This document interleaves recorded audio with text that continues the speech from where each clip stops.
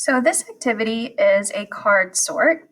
So a few things you're going to want to do. So first, you need to understand what these sustainability goals are. So this website right here, Sustainable Development, is from the United Nations. So these are the United Nations Sustainable Development Goals. So you can click on any of these goals that you want to know more about, and you can figure it out. So life below water, we could click on goal number 14 and make sure we kind of understand what the goal is. So the world's oceans, their temperature, chemistry, currents, and life drive global systems that make the earth habitable or livable for humankind. How we manage this vital resource is essential for humanity as a whole and to counterbalance the effects of climate change.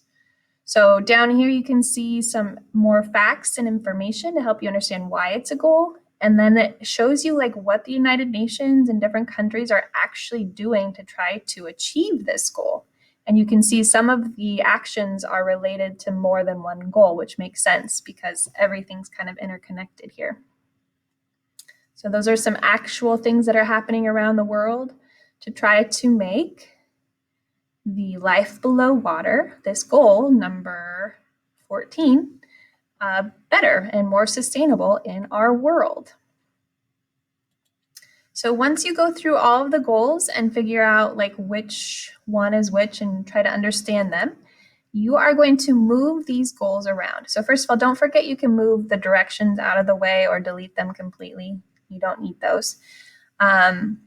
And then here, I'm going to move something around. So no poverty. If I'm thinking about that, I know that poverty has a lot to do with economics because it's a money thing, but I might want to put it, you can see here, it shows like people, it affects people and how well they live, how comfortable they are, how much they have to worry from day to day. So in my opinion, no poverty would be a mix between social and economic. So it would go right in between here. On this Venn diagram, the overlap between the economic circle of sustainability and social circle of sustainability.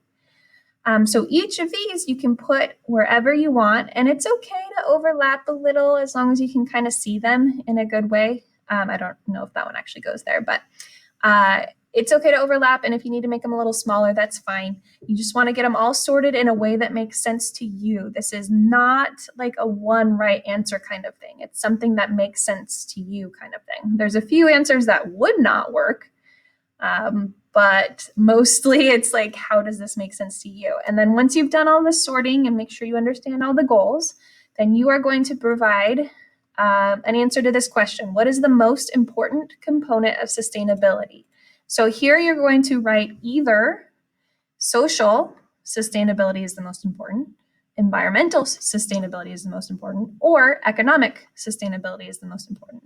And you could choose any of those three answers as long as you provide good evidence and reasoning. And so you should type like a CER type paragraph here and make sure it has lots of information there, and you can use the information about the sustainability goals that you just learned about as part of your reasoning. And don't forget to submit after you're done and let your teacher know if you have any questions.